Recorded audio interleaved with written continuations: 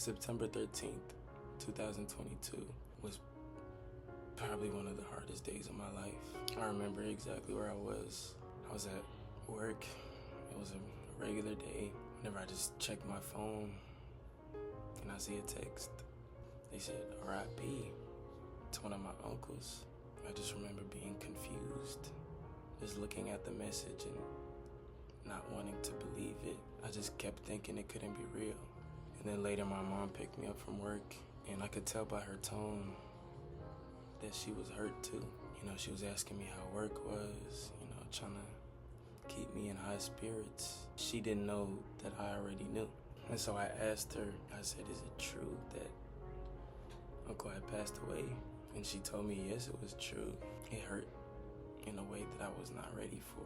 I had known him my whole life. We were close.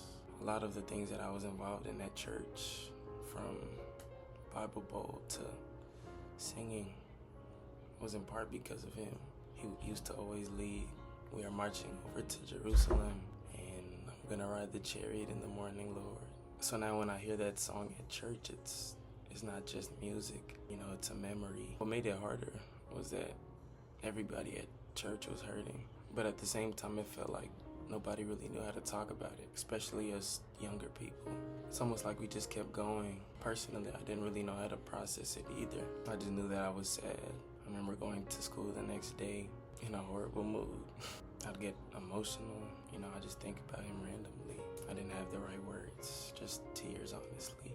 That's why this line in the song means so much to me. When it says, Yuko karibu, nawe hata unapolia, he is close to you even when you cry.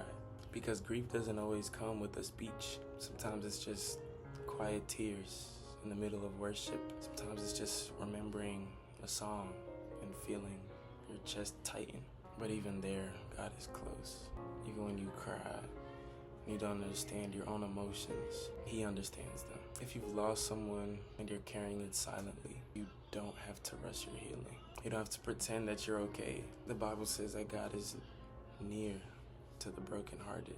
He sits with you in the memory, in the aching, and in the tears. And He's still close, even in that moment.